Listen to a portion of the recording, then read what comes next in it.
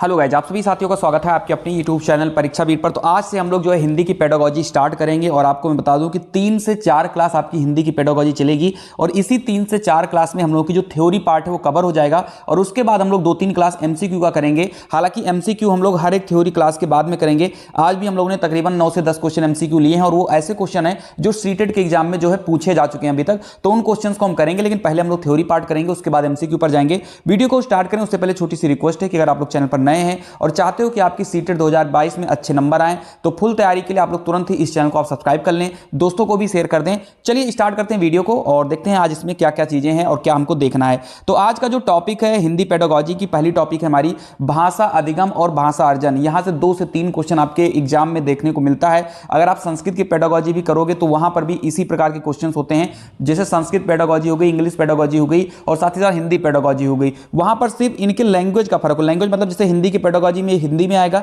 English की pedagogy में English में आएगा और संस्कृत की पेडागोजी में संस्कृत में रहेगा। बाकी कंसेप्ट और चीजें सब कुछ सेम रहेंगी। तो चलिए फिलहाल हम बात करते हैं सबसे पहले भाषा अधिगम और भाषा अर्जन के बारे में। बहुत इंपॉर्टेंट टॉपिक है, ठीक है, ध्यान से देखिएगा। बात करते हैं सबसे पहले भाषा क्या होता है। तो बिल्कुल मैंने सरल शब्दों में लिखा है कि भाषा वह साधन है जिसके द्वारा हम अपने विचारों को व्यक्त करते हैं। भाषा मुख से उच्चारित होने वाली शब्दों और वाक्यों आदि का वह समूह है जिनके द्वारा मन की बात बतलाई जाती है। सामान्यतया भाषा को वैचारिक आदान प्रदान का माध्यम कहा जाता है, ठीक है। ये चीज आपको याद रखना कि जो भाषा है वो मौखिक होती चीजें, हम मुख से ही कहते हैं, वही हमारी भाषा होती है। तो यहां पर ये चीजें सामान्यतः इसको पढ़ लीजिए और यहां से क्वेश्चन तो फिलहाल नहीं पूछा जाएगा, लेकिन यह है कि भाषा के बारे में आपको जानना चाहिए। यहां पर जो मैं और आगे लिखा हूं इसमें लिखा है कि भाषा का आरंभ मानव के जन्म के साथ ही हो जाता है। ये बहुत इंपॉर्टेंट पॉइंट है, ये सीटेट के एग्जाम के लिए इंपॉर्टेंट है, क्योंकि जब वहां पर क्वेश्चन आएगा कि बताइए निम्न में से कौन सी भाषा की विशेषता नहीं है, तो वहां पर ऑप्शन दे दिया जाएगा कि भाषा का आरंभ मानव के जन्म के साथ होता है, या दूसरे ऑप्शन में रहेगा कि भाषा का जन्म जो है वो मनुष्यों के जन्म के साथ नहीं होता है। तो ऐसे करके उसमें आपको सही गलत लगाना होगा। तो फिलहाल आपको याद रखना है कि जो भाषा का आरंभ होता है वो मानव के जन्म के साथ ही हो जाता है। विभिन्न कौशल जैसे बोलना, पढ़ना, लिखना को पूरा करते हुए व्यक्ति भाषा में निपुणता प्राप्त करता है। देखो, भाषा अर्जन करने की जो क्षमता होती है वो जन्मजात होती है, लेकिन उसमें निपुणता तब आती है जब वो बच्चा बड़ा होता है, धीरे धीरे समाज से मिलता है, समाज से अंतःक्रिया करता है, तब उसको लिखने, पढ़ने और बोलने में उसको जो है निपुणता आती है। भाषा ग्रहण करने की एक निरंतर चलने वाली प्रक्रिया है, यानी कि ये जो आपकी प्रक्रिया होती है भाषा की, ये कभी बंद नहीं होती, हमेशा चलती जाएगी और हमेशा आप कुछ ना कुछ नई चीजें जो है आप सीखते जाओगे। तो अगर आपके ऑप्शन में रहे कि भाषा ग्रहण करने की एक निरंतर चलने वाली प्रक्रिया है तो आपका बिल्कुल ही करेक्ट हो जाएगा, क्योंकि सीटेट में ऐसे क्वेश्चंस आए हैं कौन सी भाषा की विशेषता नहीं है, कौन सी भाषा की विशेषता है। अभी मैं आगे एमसीक्यू करवाऊंगा, आपका सारा डाउट क्लियर हो जाएगा। यहां का जो पॉइंट है वो काफी ज्यादा इंपॉर्टेंट है। भाषा जो है संस्कृत की भाष धातु से बनी हुई है, इसका अर्थ होता है बोलना। तो अगर आपके एग्जाम में आ जाए कि भा किस धातु से बनी है, तो संस्कृत के भाष धातु से बनी है जिसका अर्थ होता है बोलना। तो ये हम लोगों ने बेसिक से भाषा के बारे में हम लोगों ने जान लिया है कि भाषा जो है जन्म के साथ ही जो है उत्पन्न होती है, जो भाषा जो है आरंभ हो जाती है आपकी। साथ ही साथ जो इसकी निपुणता है वो आप जब धीरे धीरे बड़े होंगे, समाज से मिलेंगे, अंतःक्रिया करेंगे, तो आपकी भाषा में जो है निपुणता आ जाएगी। चलिए बढ़ते हैं आगे की तरफ। अब यहां से क्वेश्चंस आपके सीटेट के एग्जाम में खूब पूछे जाते हैं, इंपॉर्टेंट है, सीटेट में खूब पूछे जाते हैं। भाषा की प्रकृति, प्रत्येक भाषा की अपनी व्यवस्था होती है जिससे उसके स्वरूप का पता चलता है, जैसे ध्वनि, रूप, वाक्य, तत्व, अर्थ, तत्व वर्णमाला, तत्व शब्द, रूप, वाक्य, संरचना और सार्थक प्रयोग। ठीक है, ये जो है सभी की अपनी अपनी जो है एक स्वरूप होती है। तो ये भी अगर आपके ऑप्शन में है कि उसकी प्रकृति क्या होती है, तो प्रत्येक भाषा की अपनी अपनी व्यवस्था होती है और सभी की अपनी अपनी प्रकृति होती है। भाषा कठिनता से सरलता की ओर अग्रसर है, ये भी आप याद रखिएगा, ठीक है। प्रत्येक भाषा की अपनी लिपि होती है, जैसे हिंदी की देवनागरी है, अंग्रेजी की रोमन है, उर्दू की फारसी है, यानी जितनी भी भाषाएं हैं उन सभी लोग की जो भाषाएं हैं उनकी अपनी अपनी लिपि होती है। एक चीज आप और याद रखिएगा, जो भाषाएं हैं 22 मान्यता प्राप्त भाषाएं हैं भारत की, और ये जो किस संविधान की अनुसूची में है, तो 8वीं अनुसूची में संविधान की दिया गया है। अगर आप नोट्स बना रहे हो तो वहां पर आप इसको जरूर लिख लीजिएगा। भाषा जो है संस्कृत और सभ्यता से जुड़ी होती है, साथ ही भाषा में सीमाबद्धता भी होती है। यह भी चीज यहां पर बताया गया है कि जो भाषा है वो एक सीमा में बंधी हुई होती है, ये चीज आपको याद रखना है। आगे बढ़ते हैं, अगला जो इसमें पॉइंट्स है इनको भी अच्छे से लिख लीजिए। प्रत्येक भाषा की अपनी व्यवस्था होती है। अच्छा, ये चीजें मैंने यहां पर बता दिया आपको, ठीक है। चलिए अगला पॉइंट यहां पर है, भाषा एक अर्जित संपत्ति है। जिसे प्रयोग के माध्यम से ही ग्रहण किया जा सकता है और आदान प्रदान के द्वारा ही इसका विस्तार होता है, अर्थात यह पैतृक नहीं है। ये बहुत बड़ा पॉइंट यहां पर लिखकर आया है कि जो भाषा होती है वो एक दूसरे के आदान प्रदान से ही सीखा जाता है। ये नहीं कि मेरे पिताजी जो है अंग्रेजी की भाषा बहुत अच्छे जानते हैं, अंग्रेजी लैंग्वेज, और मैं ऐसे माहौल में पैदा हो गया, जैसे मान लो कि होता है कुछ बच्चे जैसे उनके पिताजी जो है अंग्रेजी खूब अच्छा जानते हैं, लेकिन क्या हुआ कि उस बच्चे का जन्म होते ही उनके पिताजी खत्म हो गए या उनकी माता खत्म हो गई, वो बच्चा अनाथ हो गया, उसको पालने के लिए किसी हिंदी वाले घर में लेकर गया जहां पर हिंदी भाषा जो मातृभाषा है वो वहां की हिंदी है। तो ऐसा नहीं कि उसके पिताजी अंग्रेजी फर्राटेदार बोलते थे तो उसका लड़का भी अंग्रेजी फर्राटेदार बोलेगा, नहीं, उसको जिस हिसाब से जो है माहौल मिलेगा वो उस हिसाब से जो उसको बोलने लगेगा। ठीक है, तो यहां पर चीजें जो है क्लियर हो चुकी हैं। यहां पर यह बताया गया कि भाषा एक सामाजिक तथा परंपरागत वस्तु है। इन सभी जो पॉइंट्स मैं बता रहा हूं इनको आप लिख लीजिएगा, याद कर लीजिएगा, स्क्रीनशॉट ले लीजिएगा। भाषा अनुकरण से सीखी जाती है, बिल्कुल भाषा जो है अनुकरण से सीखी जाती है, याद रखिएगा। और भाषा में निरंतर परिवर्तन होता है, अर्थात यह परिवर्तनशील होती है। तो अगर भाषा की प्रकृति की बात किया जाए तो भाषा सीखने की जो क्षमता है वो तो हमारी जन्मजात होती है, लेकिन पैतृक नहीं होती कि पिताजी को अंग्रेजी आती है तो बच्चे को भी अंग्रेजी आएगी, ये निश्चित है। ठीक है, साथ ही साथ यहां पर यह बताया गया है कि भाषा एक सामाजिक है, बिल्कुल साहिब सी बात है। जब आप समाज में जाओगे, उठोगे, बैठोगे, दूसरों से बोलोगे तो जाहिर सी बात है आप भाषा को सीखोगे। अनुकरण से सीखी जाती है, यानी कि दूसरे कैसे बोल रहे हैं, क्या चीजें, जैसे अनुकरण का मतलब जब हम छोटे बच्चे थे तो हम क्या करते थे, जैसे बच्चे को कुछ भी ले आओ, दूध ले आओ, तो कुछ दिन पहले तो वो जब संवेदी गामक अवस्था में होता है तब तो वो क्या करता है कि इशारे से मांगता है कि मुझे दूध चाहिए, मुझे भूख लगी है। लेकिन बाद में जब वो जानता है कि मम्मी बार बार दूध कह रही है तो उसका मतलब होता है कि हाँ ये दूध है। तो जब मम्मी बार बार दूध कहती है तो वो भी अनुकरण, अनुकरण मतलब होता है नकल, तो नकल के द्वारा जो बच्चा है वो उस दूध को दूध बोलने शुरू कर देता है। ठीक है, साथ ही साथ भाषा जो है निरंतर परिवर्तन होता है, ये भी बिल्कुल सही चीज है। भाषा में लगातार परिवर्तन होता है, ऐसा नहीं कि आज मुझे एक भाषा आती है तो कल मुझे कोई भाषा नहीं आएगी। ठीक है, भाषा अगर आप जितना ज्यादा समाज में जाओगे आपकी भाषा में परिवर्तन होता जाएगा। क्लियर है? चलिए, भाषा अर्जन प्रक्रिया, ये जो पॉइंट है मोस्ट इंपॉर्टेंट है। भाषा अर्जन, यहां से हम लोग जान लेते हैं भाषा अर्जन की प्रक्रिया क्या होती है। तो बालक अपने चारों ओर के वातावरण में जिस प्रकार लोगों को बोलते हुए सुनता है एवं लिखते हुए देखता है उसे ही अनुकरण द्वारा सीखने की प्रयत्न करता है, अर्थात भाषा का अर्जन अनुकरण द्वारा होता है।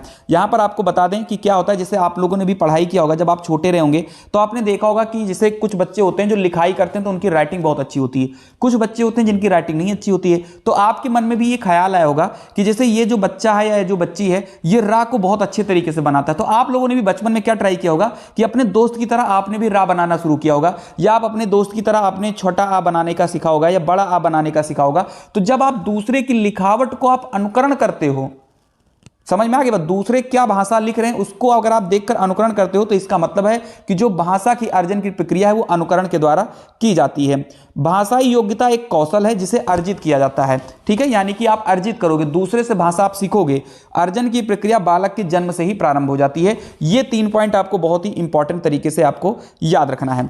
चोमेस्की, चोमेस्की के बारे में हमने बहुत अच्छे से पढ़ा दिया है। अगर आपने अभी तक चोमेस्की का सिद्धांत नहीं देखा है तो आपको सीडीपी की जो प्लेलिस्ट मैंने बना दी है डिस्क्रिप्शन बॉक्स में, वहां पर जाके आप चोमेस्की का सिद्धांत आप देख सकते हो। और साथ ही साथ अगर आपको सीडीपी की पूरी प्लेलिस्ट चाहिए, ईवीएस की पूरी प्लेलिस्ट चाहिए, एम मैथ्स की पूरी प्लेलिस्ट चाहिए पेडागोजी की, तो उसके लिए लिंक मैंने डिस्क्रिप्शन बॉक्स में दे दिया, आप जाकर पूरी क्लास वहां से देख सकते हैं। चोमेस्की ने यह कहा था कि बच्चे जो है भाषा अपने वातावरण से अर्जित करते हैं, उनके अंदर जो है जन्मजात भाषा अर्जन करने की जो है युक्ति होती है। ये चोमेस्की साहब ने कहा था, क्योंकि भाषा विकास का सिद्धांत चोमेस्की ने ही दिया था। याद रखिएगा, बहुत इंपॉर्टेंट चोमेस्की, तो उनको एक बार पढ़ लीजिएगा। ठीक है, तो यहां तक क्लियर हो गया कि भाषा जो है अनुकरण के द्वारा सीखी जाती है, भाषा जो है अर्जित की जाती है, और अर्जन की प्रक्रिया जो होती है बालक में क्या होती है, जन्म से ही प्रारंभ हो जाती है। लेकिन जो भाषा है वो पैतृक नहीं होती है, ये चीज आप याद रखिएगा। उसके बाद बात करते हैं भाषा अधिगम प्रक्रिया की। सीखने की प्रक्रिया जो है आजीवन चलती रहती है, निरंतर चलती रहती है। मैंने स्टार्टिंग में ही आपको कहा था सीखना परिवर्तन है, यानी जो आप कोई भी चीज़ सीखते हो वो परिवर्तित होता रहता है। जैसे जैसे समाज में मिलोगे उनकी लैंग्वेज को आप जानने लगोगे। ठीक है, जैसे होता क्या है कि हम लोग गांव में हैं, गांव में हम लोग अपनी भाषा यूज करते हैं। जब स्कूल में चले गए तो स्कूल में हम स्कूल की भाषा यूज करने लगे। ठीक है, उसके बाद फिर हम बाहर चले गए तो मतलब जैसे लोग होते हैं उनसे हम इसी प्रकार का बोलना शुरू कर देते हैं। जैसे आपको पता ना, जैसा देश वैसा वेश वाला हम लोग को पता है, तो जहां हम जाते हैं उस हिसाब से हम लोग बोलने की कोशिश करने लगते हैं। ठीक है, तो यहां पर बताया गया कि सीखना जो है परिवर्तन है। व्यक्ति अपने और दूसरों के अनुभव से सीखकर अपने व्यवहार, विचारों, इच्छाओं, भावनाओं आदि में परिवर्तन करता है। सीखना अनुकूलन है, सीख कर ही व्यक्ति नई परिस्थितियों से अपना अनुकूलन कर सकता है। यानी यही चीज है कि अगर आप किसी भी जगह पर जाते हो और वहां पर की बोलचाल भाषा अलग है तो जाहिर सी बात है आप वहां पर उसको सीखोगे और उसको आप प्रयोग करोगे, जिसे ही हम अनुकूलन भी कहते हैं। सीखना सार्वभौमिक है, सभी जीव जंतु इसको सीखते हैं। यानी जो सीखना है वो सार्वभौमिक होता है। सार्वभौमिक यानी कि यूनिवर्सल, ब्रह्मांडिक होता है, सभी जीव जंतु इसको जो है सीख सकते हैं। सीखना अनुभवों का संगठन है, सीखना नए पुराने अनुभवों का जो है संगठन है, ये बताया गया है। यानी कि जो है अनुभव का संगठन मतलब क्या होता है, जो हमारे अनुभव होते हैं उसका कलेक्शन होता है। सीखना व्यक्तिगत व सामाजिक दोनों होते हैं। और भाषा अधिगम में भाषा का औपचारिक ज्ञान, प्रत्यक्ष रूप से सीखना शामिल होता है, यह भी आप याद रखिएगा। तो इसका स्क्रीनशॉट आप जरूर ले लीजिएगा, क्योंकि यहां से क्वेश्चन आपके एग्जाम में बहुत ज्यादा आते हैं। आप वीडियो को एक बार दो बार देख लीजिए, कोई इतनी लंबी वीडियो में नहीं बनाता हूं कि आप वीडियो को ना देख पाएं। वीडियो को आप ध्यान से देखोगे तो सारी चीजें आपके डाउट क्लियर हो जाएंगे। इसीलिए मैंने इतने अच्छे लैंग्वेज में लिख दिया है कि आपको कुछ भी देखने की जरूरत नहीं। अगर आप खाली इसको पढ़ लोगे कहानी की तरह ना, तो आपका क्लियर हो जाएगा। बुक्स में क्या होती है कि बुक्स में चीजें जो है काफी जो है लैंग्वेज टफ में लिखी होती हैं, फिर आपको समझ में नहीं आता। ठीक है, चलिए आगे बढ़ते हैं। अब यहां पर हम लोग भाषा अधिगम और भाषा अर्जन की प्रक्रिया के जो क्वेश्चंस आपके सीटेट में आए हैं उन क्वेश्चंस को हम करेंगे। बिल्कुल भी लंबी वीडियो में नहीं बनाऊंगा, 20-20 मिनट की वीडियो होगी और आपकी क्लियर हो जाएगी। 3 से 4 क्लास जो है आपकी अभी चलेगी इसकी पेडागोजी की, थ्योरी और एमसीक्यू की क्लास, और उसके बाद में हम लोग प्रैक्टिस सेट करेंगे हिंदी का, फिर आपकी सारी चीजें जो है क्लियर हो जाएगा। समझ में आ गई बात? चलिए, तो पहला क्वेश्चन जो सीटेट में आपका आया था कि समृद्ध भाषा परिवेश, स्वाभाविक बोलचाल, सामाजिक अंतःक्रिया, घरेलू परिवेश जैसे उपकरण भाषा के किस पहलू से संबंधित हैं? अधिग्रहण से, अधिगम से, परीक्षण से या फिर व्याकरणिक से? बताइए इसका राइट आंसर सभी लोग। बहुत ध्यान से, सीटेट में आया हुआ है और जो क्वेश्चन आए मैं करवा दूंगा, उसको आप अच्छे से देख लीजिए।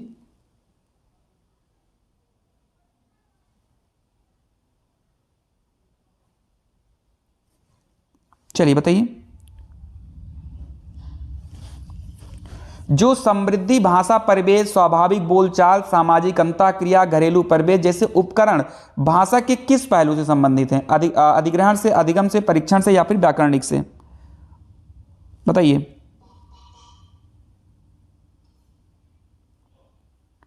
बहुत बढ़िया, तो बिल्कुल अधिग्रहण होता है। और अधिग्रहण क्या होता है मैं आपको थोड़ा सा क्लियर करूंगा, थोड़ा सा आपको अधिग्रहण के बारे में बताऊंगा अभी कि क्या होता है। देखिए, जो भी चीजें होती है, भाषा शिक्षण जो होती है, जो अपने आप में एक समृद्ध व्यवस्था होती है। जब हम किसी दूसरे से देखकर कोई चीज को हम अपने अंदर अधिग्रहण करते हैं, यानी कहने का मतलब है कि पापा मम्मी कैसे बोल रहे हैं, मेरे दोस्त कैसे बोल रहे हैं, मेरे स्कूल वाले कैसे बोल रहे हैं, समाज वालों की बोली क्या है, या वहां पर कैसी भाषा प्रयोग की जाती है। तो जब हम दूसरे के भाषा को हम उपकरण के रूप में जो है संबंधित करते हैं, तो उसे ही हम लोग जो है अधिग्रहण कहते हैं। याद रखिएगा, इंपॉर्टेंट है। चलिए, क्वेश्चन नंबर 2 पे आते हैं। यह भी क्वेश्चन सीटेट में आया है कि भाषा अधिगम की विशेषता क्या है। मैंने बताया था कि विशेषता से क्वेश्चन आता है। भाषाई आदतों का निर्माण होना, भाषा के मानक रूप का अधिगम, भाषाई व्यवहार की कुशलता। बताइए। तो बिल्कुल मैंने विशेषता बता दिया और इसका जो है तीनों ऑप्शन बिल्कुल करेक्ट हो जाएगा अगर आपने बताया, क्योंकि जो भाषा अधिगम होती है वो भाषाई आदतों का निर्माण होता है, भाषा के मानक रूप का अधिगम होता है और भाषाई व्यवहार की जो है कुशलता होती है। तो अगर आपने डी मारा है तो बिल्कुल करेक्ट मारा। कुछ आंसर होते हैं या कुछ क्वेश्चन ऐसे होते हैं जिनको आपको रट लेना है, लिख लेना है, क्योंकि सीटेट में क्वेश्चन रिपीट हो जाते हैं, सीधा रिपीट हो जाते हैं क्वेश्चन। चलिए, अगला क्वेश्चन है कि भाषा अर्जन और भाषा अधिगम में अंतर का आधार नहीं है। बताइए, किसमें जो है अंतर का आधार नहीं है? स्वाभाविकता, सहजता, सांस्कृतिकता या फिर कुशलता?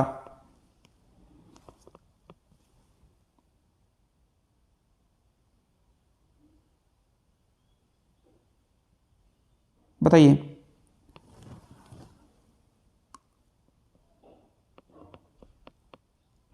ठीक है, तो यहां पर अगर हम बात करते हैं तो कुशलता जो है ये आपका नहीं है, क्योंकि भाषा अर्जन और भाषा अधिगम में अंतर का आधार जो है कुशलता नहीं है। बाकी जो स्वाभाविकता है, सहजता है, सांस्कृतिकता है, ये इसका जो है विशेष अंतर है। समझ में आ गई बात? चलिए, क्वेश्चन नंबर अगले पे आते हैं। अब यहां पर मैं थोड़ा भाषा अर्जन और भाषा अधिगम को एक बार फिर से रिवाइज करा दे रहा हूं। भाषा अर्जन एक सहज एवं स्वाभाविक प्रक्रिया है जिसमें बच्चे घरेलू परिवेश में भाषा के नियमों को आसानी से आत्मसात करते हैं और बच्चे भाषा को सहज और स्वाभाविक रूप से सीखते हैं। वहीं पर भाषा अधिगम में बताया गया कि अधिगम शब्द 2 शब्दों के मेल से बना है, अधि तथा गम, जहां अधि का अर्थ होता है भली प्रकार तथा गम का अर्थ होता है जानना, अर्थात किसी बात या विषय के समीप अच्छी तरह जानना और उसकी भली बात जानकारी प्राप्त करना भाषा अधिगम प्रयासपूर्ण होता है। यह मुख्य मुख्य रूप से जो है औपचारिक शिक्षण होता है। तो यहां पर आप याद रखिएगा कि भाषा अर्जन और भाषा में क्या होता है, आपका सांस्कृतिकता भी होती है, सहजता भी होती है और स्वाभाविकता भी होती है, लेकिन कुशलता नहीं होता है। तो ये चीज आपको याद रखना है। चलिए अगले पॉइंट में आते हैं, बड़ा अच्छा क्वेश्चन है। सीखने सिखाने की प्रक्रिया के संदर्भ में आप किस कथन से सहमत हैं? बताइए। सीखने सिखाने की प्रक्रिया के संदर्भ में आप किस कथन से सहमत हैं?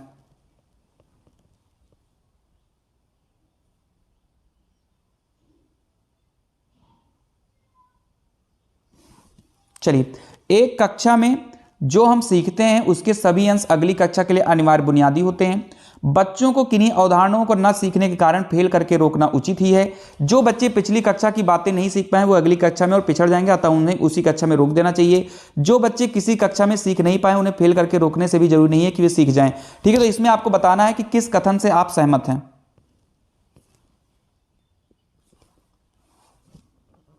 बताइए, थोड़ा बड़ा क्वेश्चन है, ध्यान से देख लो।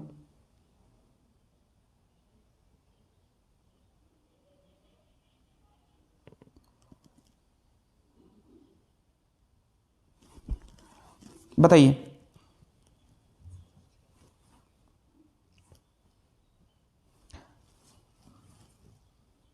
चलिए शाबाश, सभी लोग आंसर टाइप करें, कोई लापरवाही नहीं करेगा, ठीक है भाई।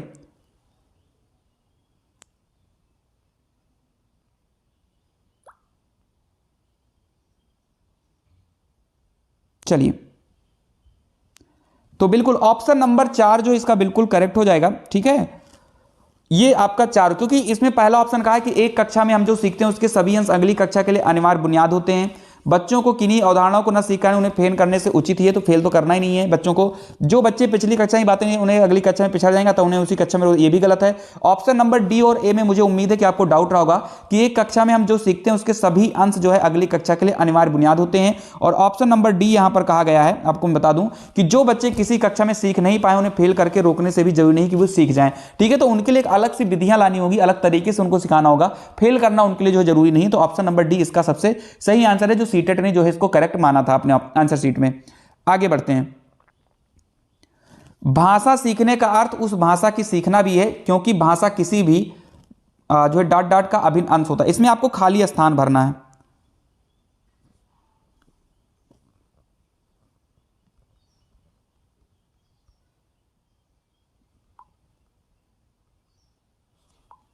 बताइए, भाषा सीखने का अर्थ उस भाषा की डॉट डॉट सीखना भी है, क्योंकि भाषा किसी भी का अभिन्न हिस्सा होती है। बताइए, क्योंकि इसमें आपको गैप भरना है।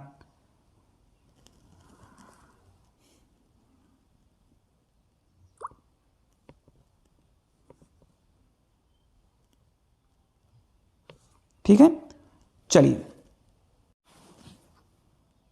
चलिए, तो भाषा सीखने का अर्थ उस भाषा की संस्कृति सीखना भी है, क्योंकि भाषा किसी भी संस्कृति का अभिन्न हिस्सा होती है। समझ में आ गई बात? तो ये ऑप्शन नंबर डी जो है बिल्कुल करेक्ट हो जाएगा। और जबरदस्त क्वेश्चन है, रट लेना, क्योंकि एग्जाम में क्वेश्चन पूछा जाता है, इंपॉर्टेंट क्वेश्चन। अगर आपको क्वेश्चन अच्छे लग रहे हैं भाई मेरे, तो लाइक कर दीजिए आप लोग, क्योंकि बहुत मेहनत से यार आप लोगों के लिए लेकर आता हूं, तो प्लीज लाइक कर दीजिए एक बार आप लोग। ठीक है, शेयर कर दीजिए दोस्तों को भी।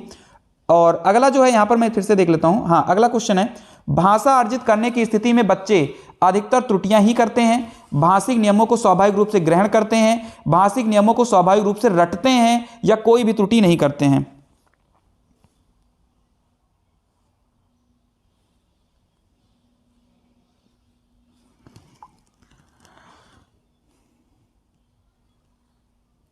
बताइए।